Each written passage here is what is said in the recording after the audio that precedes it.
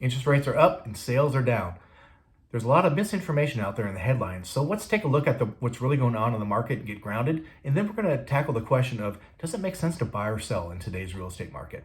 So we're going to take a quick look at the market in general. We're going to start out, as we always do, taking a look at listings. You can see by this graph, really seasonality wise, we're following where we're at last year, but we're down about 22%.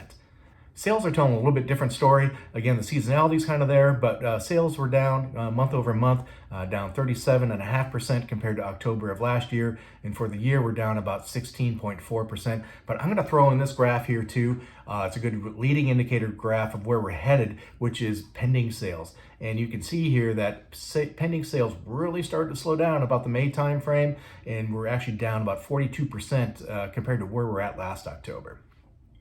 So what has that done to price? Well, really not a whole heck of a lot. Median sales price here in the Portland metro area was $592,000 in the month of October. That's up about 2.9% from October of last year. It's down about 8.9% from a peak of where we're at in May. But overall, we're above where we started out 2022 at. Inventory wise, it's ticking up 2.4 months. It's the highest we've seen since 2020. But also keep in mind and take a look at the graph here. We're still lower than where we were at in 2018, 2019. So let's talk about some market trends that we're seeing as we're working with our buyers and sellers in this market. First of all, there's less competition and more choices for buyers, that's for sure. We're seeing a longer market time for sellers. And I do want to throw a little caveat out there.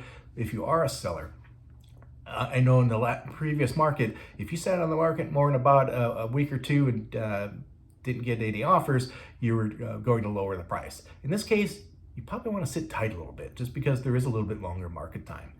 We're definitely seeing more of a balanced market between buyers and sellers, where it was so out of balance before, such a seller's market.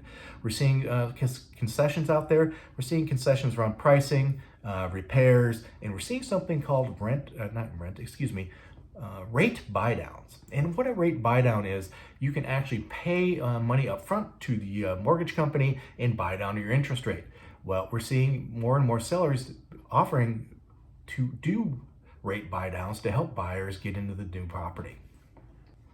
So here's the big question: does it make sense to buy or sell in this market? You're going to hate my answer because it depends.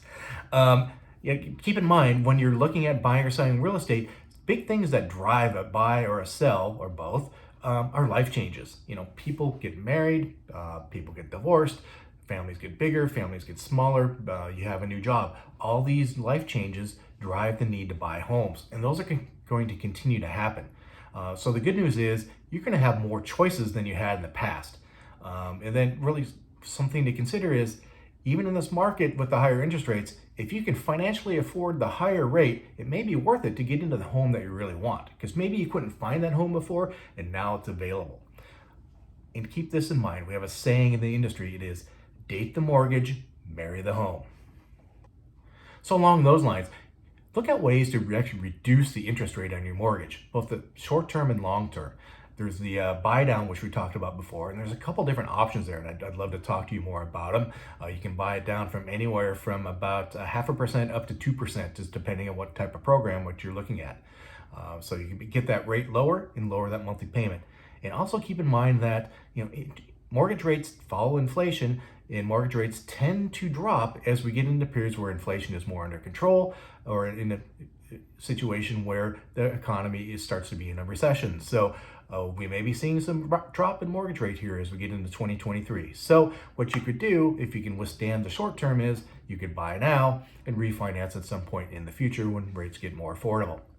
The last thing out there is there are definitely opportunities out there for people with cash. I know cash doesn't mean you have a bunch of money necessarily sitting in the bank. Some people have that, some people don't. Maybe you'll have cash because you have a lot of equity built up in your current house, and you could use that cash to buy the next one. Well, the advantage you have with cash is you don't have to obviously deal with that 7% mortgage, and we're in a market that's much more competitive than what we're seeing in the past. So you're going to be able to get something for a little bit less money than what you were, 6-9 months ago. Have questions about your home, the market, or anything we talked about here? Reach out to us. I'd love to talk to you.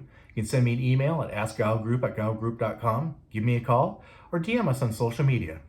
We'd love to hear from you.